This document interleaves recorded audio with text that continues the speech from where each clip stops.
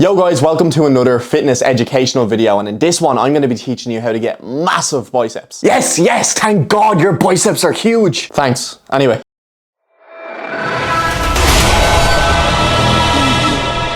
You are going to learn a lot in this video, so sit back, grab your protein shake and enjoy. Yo Troy, well tell me all the tips you have in order to grow big ass biceps. Yeah, for sure. So in this video, I'm going to run over the best exercises to hit each and every head in the bicep to grow you a full round, bigger look. The muscle is composed of a short head and a long head. The long head is located on the lateral side of the bicep brachii, while the short head is located on the medial side. The biceps brachii works across 3 different joints and is able to generate movements in the glenohumeral, elbow and radio-ulnar joints. Yeah, so for beginners, we need to look at the form and common mistakes that people do. First of all, the elbow swing. I see too much people putting a ridiculous amount of weight on that they cannot handle. But I'm gonna be for real here, you're training nothing but your ego. Unfortunately, you're gonna have stick arms for the rest of your life. One thing to help me with my ego swing is forcing my back against the wall for the average bicep curl. What this done was made me smash my elbow off the wall every time I attempted to do the elbow swing. Remember, pick up a weight that you can focus purely on pulling with the bicep. So you can use that wall to teach you a lesson. You could also put your elbows in front of your body to maintain the bicep isolation,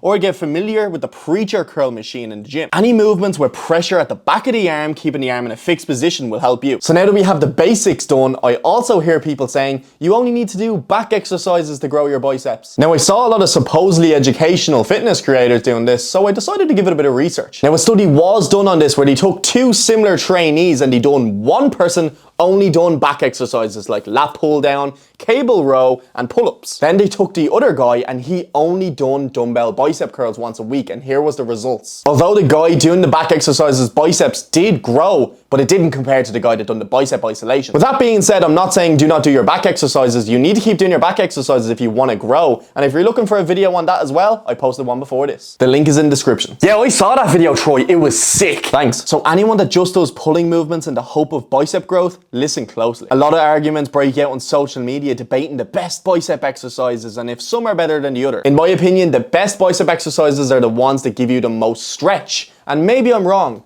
Of course I'm not. I done some research. There was one study done measuring the growth of 2 given trainees. One performed only the contraction part of the rep, which is the top of the rep, and the other performed only the lengthened part of the rep, which is the bottom. And it came out that the person that done the negative part of the rep came out with better progress. Yeah, well, I don't really believe that. Well, don't then. I'm not trying to force you. Instead, why not just get the best of both worlds and perform the negative part and the contraction? All your exercises in full range of motion, please. So spot the difference here. 1, we bring the weight all the way up and squeeze and maintain a slight bend in the elbow. Number 2, we bring the weight all the way up and squeeze and flex our triceps at the bottom to fully lengthen the bicep. So, which one was better? Number 1! Correct. Option 2. Fuck! Yo, Troy, me again. Okay, so how many times should I train my biceps a week? I currently do every day. So if we want to progress, let's look at the best exercises and how to actually perfectly do the form. So how many times should you train biceps and how many sets? Now we do not want to overdo our bicep. Studies have said that doing as little as 3 sets for each head twice a week is plenty enough. So that's what I like to do. Do 6 to 8 sets per session is perfectly fine. To start off, day 1, 3 sets of incline spider curls, which will train your biceps in a more shortened position. Now training in a shortened position will reduce how much you can lift, but they are very beneficial. So you want to get a bench, put it at a full incline and place your chest and raise yourself just above it to a point where the bottom of your pec line is going to be on top of the bench. What we want to stay away from is doing the full swing up. We want to really control it on the way down, so grab a weight you can actually handle. So you can stick with the same equipment to the bench you're using and now put your back into it and do 3 sets of incline bicep curl to train your biceps at a more lengthened position. Now yet again, we are always going to focus on the negative part of the rep, so yet again, bring it down nice and slow and use a weight you can handle. And I always finish my day 1 arm day with some dumbbell hammer curls. So yet again, the common mistakes do apply to the hammer curls with the swinging and the ego lifting, but one thing I want to see people doing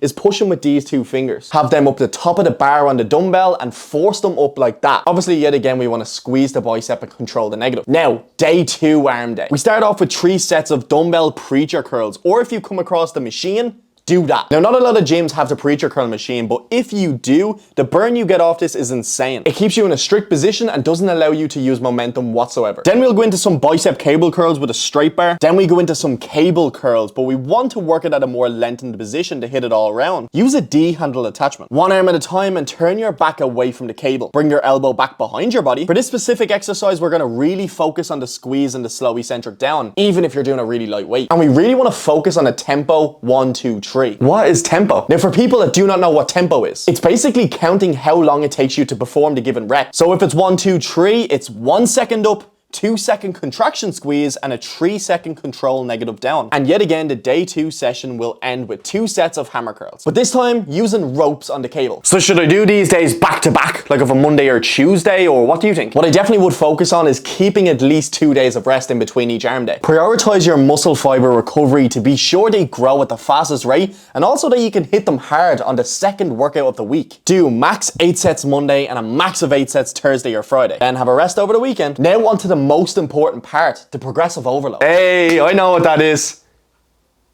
Wait, what is it? Well, it's basically where you always try progress week in, week out. But hear me out. Get yourself a notebook and pen, or even simply use your phone to track your workouts week in, week out. For an example, last week we got 12 kg dumbbells on incline curls for 8 reps. What we want to do now is try beat that the week after. You could beat that by adding more weight or by simply doing an extra rep. A lot of people really don't understand the importance of a progressive overload. If you want to constantly grow your biceps, you need to not let them adapt to your little Mickey Mouse workouts. Okay, and I hear people saying something about mind-muscle connection. What is that? A good point. Now, mind-muscle connection, which is basically the ability to bring your attention directly to the muscle group that you're training. Now, I'm no expert on this, but how I improved this for me is literally as stupid as it sounds. It's closing your eyes while doing the exercise. Wow, that video was actually very informative. So how can I find more information like that? Well, you could always just subscribe to the channel if you want to keep in the loop. You like this video if you learned anything, and also if you don't want to miss out on any future uploads, turn the bell notifications on. With that being said, see you guys in the next one.